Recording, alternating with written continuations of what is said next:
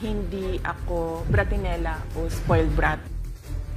Ang budget ng Pilipinas ay hawak lang ng 2 tao.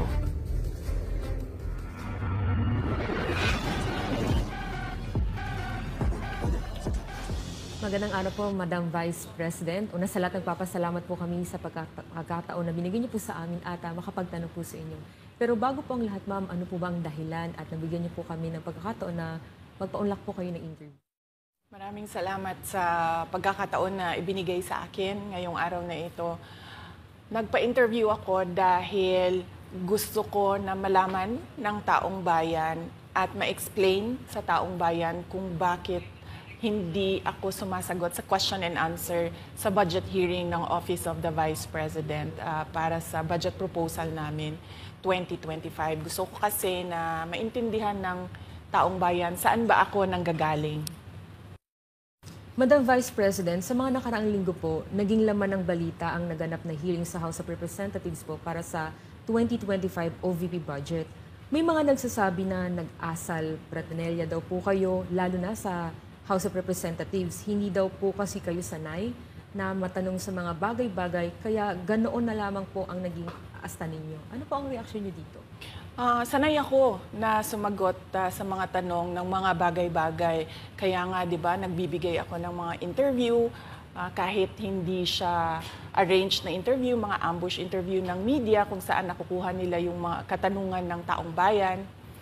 Sanay ako sa ganyan. At alam ng taong bayan na hindi ako bratinela o spoiled brat dahil kilala nila ako simula nung ako ay nasa Davao pa, simula nung ako ay mayor pa, hanggang naging vice president ako.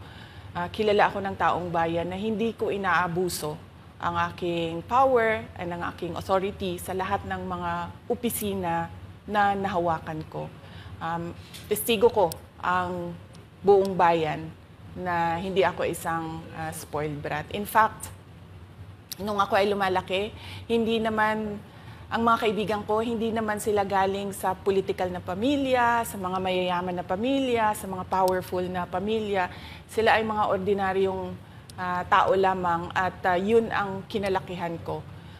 Isang ordinaryong environment ng isang ordinaryong citizen ng ating bayan.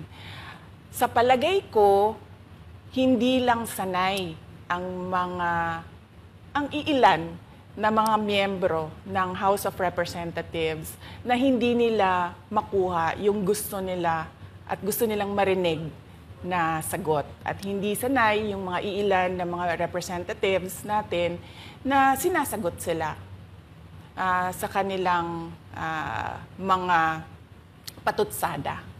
Kaya sa tingin ko, isa din itong parang atake din nila na parang, oh, bratinela yan. Kahit na sumagot naman ako, hindi nga lang sa gusto nila. Kaugnay dyan, Madam Vice President, dito sa budget hearing, naniniwala po ba kayo na may kapangyarihan talaga ang Kongreso na busisiin ang budget po ng bawat ahensya ng gobyerno? Siyempre, oo. Nakalagay yan sa ating saligang batas na ang Kongreso natin ang merong power of the purse. Kaya nga, di ba, merong mga budget hearings at merong pagpasa ng budget mula sa House of Representatives at sa Senado natin, sa Kongreso natin. Kinikilala natin yan. Kaya nga, di ba, pumunta tayo doon sa Senate hearing, pumunta tayo doon sa House of Representatives na hearing dahil nagpresenta tayo ng budget. Ang ginawa ko lang ay sinabi ko, i-forgo namin yung question and answer na parte ng budget hearing. Pero kaugnay po dyan, Madam Vice President, hindi po ba dapat malaman din ng taong bayan para sa ang pondo ng OVP? At saan po gagamitin itong panukala po for 2025? Yes. Napakahalaga sa akin na malaman ng taong bayan ang Office of the Vice President budget proposal.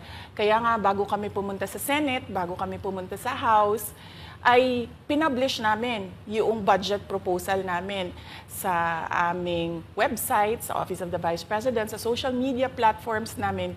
Ginawa namin siyang madaling intindihin ng taong bayan kung saan papunta yung budget proposal ng Office of the Vice President. Ma'am, going back dun po kaninang sinabi nyo na yung ilang beses nyo pong sagot sa mga kongresista that you will forgo the opportunity to defend the 2025 budget proposal of the OVP and will defer to the wisdom of the Congress, bakit tila daw po iniiwasan niyo?